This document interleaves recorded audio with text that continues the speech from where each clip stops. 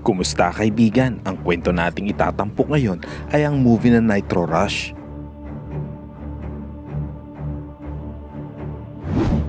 Ngunit bago natin ito simulan, ay maaari ba akong makahingi ng pabor? Pakilike naman ang videong ito at pasubscribe na rin sa aking channel. I-click mo na rin ang notification bell. Muli maraming salamat kaibigan. Nagsimula ang eksena sa pagpapakita sa isang flashback habang nagpa-party ang isang grupo ng mga tao sa itaas ng isang gusali habang umiinom ng ipinagbabawal na gamot na tinatawag na Nitro Rush.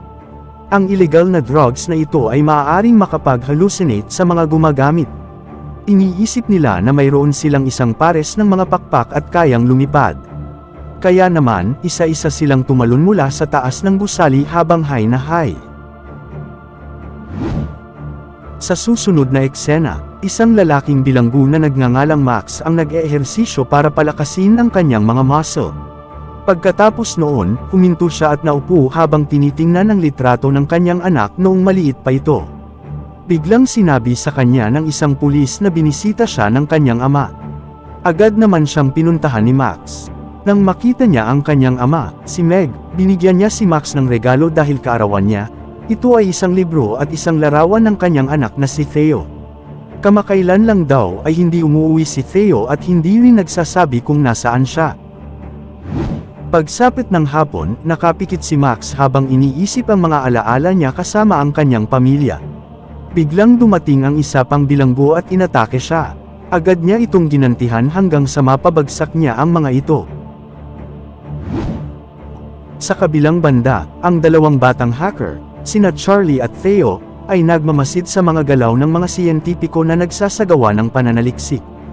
Inahak nila ang isang ilegal na laboratory site. Ngunit ang kanilang mga aktibidad ay alam na ng pulisya dahil sila rin ay gumagawa ng online fraud. Kinabukasan, ang pag-aresto sa kanila ay ibinalita sa TV Patrol. Ayon sa balita, inaresto lamang ng mga pulis ang isang nagngangalang advocate na kanilang amo. Samantala, pinalaya sina Theo at Charlie with special supervision dahil pareho silang teenager. Si Meg, na nagtitimpla ng kape, ay hindi sinasadyang nakita ang balita sa telebisyon. Agad siyang pumunta sa police station para palayain si Theo. Pag-uwi nila, pinagalitan siya nito at pinayuhan. Pero walang pakialam si Theo sa lahat ng sinabi niya. Sinabi ni Theo na hindi kasing sama ng kanyang ama ang kanyang ginawa dahil ilang dekada na siyang nakakulong. Agad siyang pumasok sa kwarto at sinara ang pinto. Pagkaraan ng ilang sandali habang nasa silid, hindi komportable si Theo at piniling tumakas sa bintana. Kasabay nito, si Max, na nasa kulungan, ay tinawag ng isang pulis. Hiniling sa kanya na makipagkita sa isang tao sa silid sa itaas. Agad siyang pumunta doon na nakaposas, umupo at naghintay. Hindi nagtagal, dumating ang isang babae na direktor ng pulis. Inilabas niya ang larawan ng isang lalaking nagngangalang advocate. Nakilala rin siya ni Max. Siya ang lalaking nagbenta ng mga ilegal na puso sa asawa ni Max. Ngunit nabigo ang operasyon sa puso ng kanyang asawa at namatay ito. Pagkatapos ay naglabas siya ng likido sa isang bote mula sa isang kahon. Ang likido ay isang bagong uri ng ipinagbabawal na substance na tinatawag na Nitro Rush. Kung maiinom ang gamot, mababaliw ang taong iyon at magpapantasya tungkol sa pagkakaroon ng mga pakpak. Under investigation pa ang kasong ito, ngunit hinala ng pulisya na sangkot si advocate at ang kanyang mga tauhan sa pagdidistribute nito. Sa ngayon ay hinahanap na ng pulisya ang gumawa ng Nitro Rush dahil naaresto at nakakulong na si advocate dito. Nang marinig iyon, walang interes si Max na tulungan siya. Ngunit sinabi niya na ang kanyang anak, si Theo, ay sumali sa crew ni advocate. Ipinakita niya sa kanya ang larawan ng pag-aresto kay Theo. Sa wakas, pumayag siyang tulungan sila. Emosyonal si Max nang marinig ang balita at agad na pinuntahan si advocate na nasa parehong kulungan niya. Matapos niyang makita si advocate ay agad niyang sinuntok si advocate at ang isang lalaki na kasama niya. Binalaan din niya si advocate na kung gusto pa niyang mabuhay, huwag idamay ang kanyang anak sa ilegal na trabaho. Isang pulis kaagad ang pumagitna sa kanila. Ngunit sa halip ay ginawa siyang bihag ni Max para makatakas siya sa kulungan. Agad namang hinabol ng ilang pulis si Max na nagtangkang tumakas. Nagawa niyang makalabas sa bubong ng gusali sa pamamagitan ng pagtalon. Nang dumating si Max sa labas ng gusali ng bilangguan, nakasalubong niya ang isang pulis na nagmamaneho ng kotse at tinutukan siya ng baril. Agad niyang kinuha ang baril sa pulis at kinuha ang kanyang sasakyan para tumakas. Pagkatapos noon ay agad siyang pumunta sa bahay ng kanyang ama para makipagkita kay Theo. Pagdating sa bahay, tinanong niya agad ang ama kung nasaan si Theo. Pero nang hanapin siya sa kwarto ni Theo ay wala na siya. Kinabukasan, hinatid ng kanyang ama si Max sa pinagtatrabahuan ni Theo. Pagdating doon, nagmasid siya sa paligid ng gusali. Tapos may humintong itim na sasakyan. At may lumabas na babae sa sasakyan kasama si Theo at isa niyang kaibigan. Agad silang pumasok sa building. Sinubukan ni Max na pasukin ang lugar, ngunit biglang binuksan ng isa sa kanila ang pinto ng gusali kaya nahuli siya. Alam din niyang kriminal si Max, kaya pinigilan si Max ng lalaking nagngangalang Carlos na pumunta doon. Pinagbawalan siya ni Carlos na pumasok dahil natatakot siya na baka nasundan siya ng mga pulis. Hindi sumuko si Max. Sinubukan niyang pumasok sa likod ng pinto, pero nahuli siya ng babaeng nagngangalang Daphne. Siya yung babaeng kasama ni Theo sa itim na kotse. Nalaman ni Daphne na siya ang ama ni Theo. Sinabi niya na hindi ngayon ang oras para makita siya. Pilit pa ring pumasok si Max at hindi pinansin ang mga sinabi nito. Pagkatapos ay hinanap ni Max si Theo sa building. Pagkatapos nilang magkita ay nagalit si Theo sa kanya dahil alam niya na siya ang dahilan ng pagkamatay ng kanyang ina. Si Theo na nadismaya ay agad siyang pinaalis. Pagkatapos ay nilapitan ni Daphne si Max. Sinabi niya kay Max na maaaring kilalanin siya muli ni Theo bilang kanyang ama kung sasama siya sa kanila. Nang marinig niya ito, ay pumayag agad siya. Pagkatapos ay dinala niya si Max sa kanyang bahay dahil doon nakatira si Theo. Sa kabilang banda, makikita si Theo sa isang field kasama si Charlie. Pagkatapos ay sinabihan siya ni Charlie na dapat niyang pahalagahan ang effort ng kanyang ama, na tumakas mula sa bilangguan upang makita siya. Hiniling niya kay Theo na sana ay bigyan niya ng importansya ang kanyang ama. Sumagot din si Theo at sinabi na hindi alam ni Charlie ang kanyang nararamdaman. Nang mamatay ang kanyang ina, ang kanyang ama ay nakulong ng ilang dekada dahil sa pagpatay ng mga tao. Sa wakas nakarating na rin si Max sa bahay ni Daphne. Doon, sinabi niya sa kanya na kasalukuyang sinusubukan nilang hanapin ang Nitro Rush concoction, na kasalukuyang tinatangkilik ng mga adik sa droga. Nakakuha siya ng impormasyon na ang mga gumagawa ng Nitro Rush ay dalawang siyentipiko sa gitna ng isang isolated forest. Sinabi rin ni Daphne na kung makukuha nila ang Nitro Rush concoction, maaari silang maging pinakamayamang tao sa mundo. Hindi nagtagal ay dumating na si Theo sa bahay nila Daphne kasama sina Charlie at Carlos. Tapos lumapit si Daphne kay Theo na galit na galit. Sinabi niya sa kanya na igalang si Max. Dahil handang magsakripisyo si Max para sa kanya at sumama sa kanila. Pagkatapos ay hinalikan niya si Theo at naging masaya ito. Dahil all this time may gusto si Theo sa kanya. Nang magtipon sila, agad na ipinaliwanag ni Theo at Charlie ang daan patungo sa Nitro Rush concoction. Batay sa kanilang mga obserbasyon, inilagay ng dalawang siyentipiko ang mixture sa isang flash drive na may password. Sinabi rin nila na ang lab ay nasa gitna ng isang isolated na kagubatan, at may alarm na naka-install sa lupa. Kaya, kung tutungtong sila sa lupa ay malalaman nila agad iyon. Agad na nagplano si Max ng isang bagay para makapasok sa lab nang hindi tumatapak sa lupa.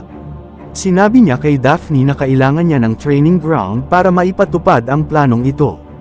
Pumayag naman siya. Kinaumagahan, nagsimula silang magsagawa ng hanging exercises tulad ng playing flying fox. Ang paggawa nito ay makakatulong sa kanila para makapasok sa lab nang hindi na kailangang tumuntong sa lupa. Pagkatapos nito, sinabi ni Max kay Daphne na i-upgrade ang kanilang sasakyan dahil walang power ang kanilang sasakyan na pumunta sa isang liblib na kagubatan. Pagkatapos ay dinala niya ang kotse sa lugar ni Hubert para i-upgrade ang makina ng kanyang sasakyan. Habang ginagawa ang sasakyan, nagsimula na silang mag-shooting practice. Pagkatapos nito, niyaya niya si Theo na magmaneho ng sports car ni Hubert. Ngunit ang kanilang relasyon, na nagsisimula ng bumuti, ay muling nasira, dahil biglang naalala ni Theo ang kanyang nakaraan nang hindi maalagaan ni Max ang kanyang ina. Sumagot si Max na hindi totoo ang inaakala niya dahil handa pa siyang mamatay para sa kanyang ina. Pagkatapos noon, pinayuhan ni Max si Theo na huwag masyadong lumapit kay Daphne. Dahil niloloko lang siya nito at ginagamit lang siya. Walang pakialam si Theo na nakarinig nito at agad siyang iniwan. Nang hindi nalalaman ni Max at Theo, ni-record ni Carlos ang kanilang pag-uusap. Agad niyang ipinadala ang video kay Avocat sa pamamagitan ng kanyang cellphone. Pagkatapos ay inutusan niya si Carlos na bantayan sila. Nang gabi na, hindi makatulog si Max. Biglang lumapit sa kanya si Daphne at inaakit siya. Patuloy niya itong inaakit na makipagtalik dahil hindi siya makatulog. Agad namang tumanggi si Max dahil alam niyang may nararamdaman ang anak niya kay Daphne. Hindi nila alam, pinapanood sila ni Theo sa pamamagitan ng screen ng CCTV monitor. Nakakadismaya ito dahil mas gusto ng babaeng mahal niya na maging malapit sa kanyang ama. Kinabukasan, handa na silang pumunta sa lab. Pero nang aalis na sila, ginamit ni Carlos ang likidong Nitro Rush. Pagdating sa kagubatan, nagpasya silang pumunta nang wala sila ni Charlie. Sila ang naatasang magbabantay sa sasakyan. Samantala, pumunta sina Max, Theo, at Daphne sa lab. Sa kabilang banda, lumabas sa lab ang dalawang scientist na nagngangalang Kim Istek at Rezon para mag-almusal. Samantala, agad na pinasok ni Max ang lab gamit ang Flying Fox rope hanggang sa makapunta siya sa bubong nito. Sa kasamaang palad, nang simulan ni Theo ang paggamit ng lubid, nahulog ang kanyang cellphone at agad niya itong kinuha. Dahil napakadelikado na kuhanin pa ito, ay sinabi ni Max sa kanya na iwanan na ang kanyang cellphone. Pagkarating nila sa lab, agad na inilipat ni Theo ang data mula sa computer ng scientist sa kanyang flash drive. Kasabay nito, si Carlos, na walang kontrol sa emosyon dahil sa likidong nitrogen rush, ay gumawa ng padalos-dalos na aksyon. Pinaandar niya ang kanyang sasakyan patungo sa lab at sinagasaan ito. Agad na tinawagan ni Charlie si Daphne at sinabing si Carlos ay nag-drive ng sasakyan at pumunta sa lab. Kaya naman, agad silang tumakas. Dahil sa kapabayaan ng mga kilos ni Carlos, nalaman ng mga scientist na may nakalusot sa kanilang lab. Pareho silang nagmadaling bumalik sa lab upang mahuli ang mga nanghimasok. Dumating sa lab ang kotseng minamaneho ni Carlos at kinukuha niya kay Daphne ang concoction. Hindi nagtagal, dumating ang dalawang scientist at agad silang pinagbabaril. Agad naman silang pinasakay ni Max sa sasakyan. Dali-dali niyang inapakan ang gas at umalis sa lugar. Ngunit hindi sumuko ang dalawang siyentipiko, hinabol pa rin nila ang sasakyan. Sa husay ni Max sa pagmamaneho, kaya tuluyan silang nakatakas, nagpunta sila sa bahay ng kanyang ama. Pagkatapos ay bumalik ang dalawang siyentipiko sa lab. Pagdating nila doon, pareho silang nagulat nang malaman na ninakaw ni Max at ng kanyang team ang kanilang Nitro Rush liquid, at aksidenteng nakita nila ang cellphone ni Theo na nalaglag, ginamit nila ito para malaman ang kinaroroonan nila. Dumating si Max at ang kanyang team sa bahay ni Meg. Agad na nakipag-ugnayan si Carlos kay Avocat sa pamamagitan ng video call. Ipinaalam niya sa kanya na sa kasalukuyan, ang Nitro Rush concoction ay nakuha na nila. Sinabi niya kay Daphne na ibigay sa kanya ang mixture sa isang flash drive, ngunit tumanggi siya. Kaya naman, nakaramdam siya ng inis at nagbanta na papatayin niya si Theo kapag hindi nito binigay ang Nitro Rush. Ngunit sa hindi inaasahang pagkakataon, binago ni Theo ang kanyang password sa flash disk nang walang nakakaalam. Dahil dito, hindi nila pwedeng patayin si Theo. Pagkatapos ay sinabihan siya ni Avocat na patayin si Daphne dahil wala na itong silbi sa kanya. Nang papatayin na siya, ay biglang dumating ang mga siyentipiko na nagawang sundan ang kanilang kinaroroonan. Agad na sinugod ng dalawa ang bahay ni Meg gamit ang mga rifle. Agad namang bumaba si Max para iligtas ang sarili. Gumanti rin siya ng pag-atake sa kanila. Agad niyang sinira ang pinto mula sa loob at tumalon sa kanila. Agad naman siyang inatake ng dalawa nang mat-ambush siya at muling itinulak sa lupa. Agad namang lumabas ng bahay si Daphne makita ito para tulungan si Max. Sinuntok niya sa mukha ang isa sa mga siyentipiko gamit ang kanyang kamao.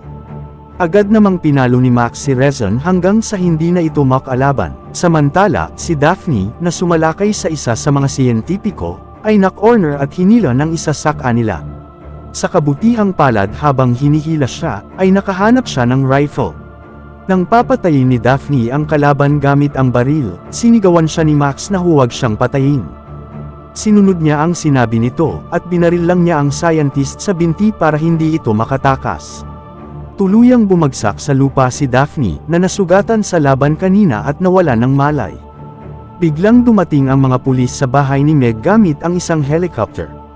Agad na tinulungan ng mga pulis si Daphne, at inaresto ang lahat ng mga kriminal. Ipinaliwanag ni Max kay Theo na planado ang lahat ng ito. Simula sa kanya na nakatakas sa kulungan hanggang sa pagnanakaw ng Nitro Rush concoction.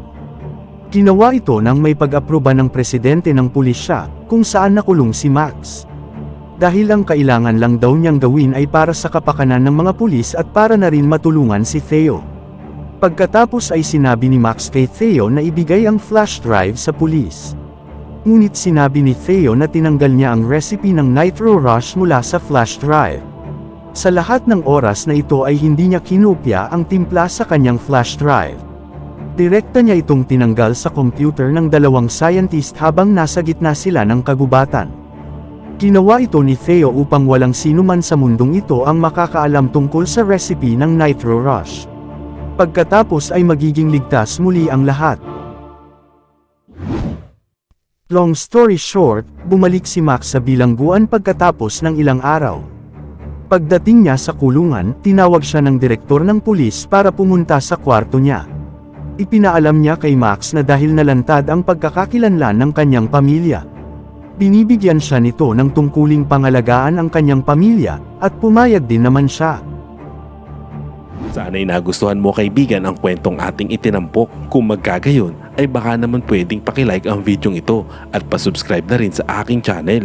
Kung hindi mo naman ito nagustuhan, ay pwede mong pindutin ang dislike button ng 2 beses para makasigurado ka.